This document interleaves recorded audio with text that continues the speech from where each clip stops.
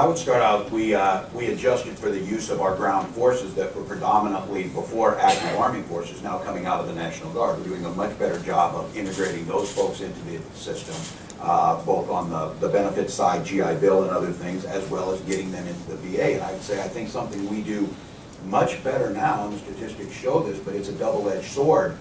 More of our newer veterans are enrolling and joining into the VA and getting into the VA. We went out there, I remember it, when I first got to Congress, at that time the VA was saying they didn't feel like they could advertise to get people in even. And we had to have this debate, and they started putting up placards on the side of buses. So we were saying, if you can advertise for a few good men and women, you can advertise, and we'll take those few good men and women into the VA system. So we've done a better job of making them knowing what's available to them. But again, the downside of this was there was very little preparation to prepare for that.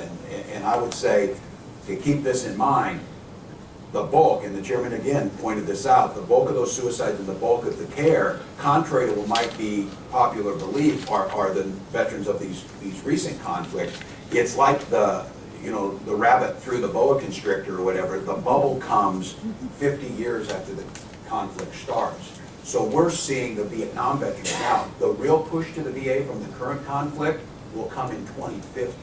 And this is why I say there is no excuse for not being prepared for 2050 if we let that slip. So that's why I think now is the time. So we're getting people in better, we're integrating our forces, especially the National Guard forces, better, we're getting them to know their benefits are there and treating them, and many of those things can be preventative medicine, but then the problems that start to arise on wait times have, I don't believe, gotten significantly better. Maybe we'll get to that. And I would also say that one of the things that the committee mandated several years ago was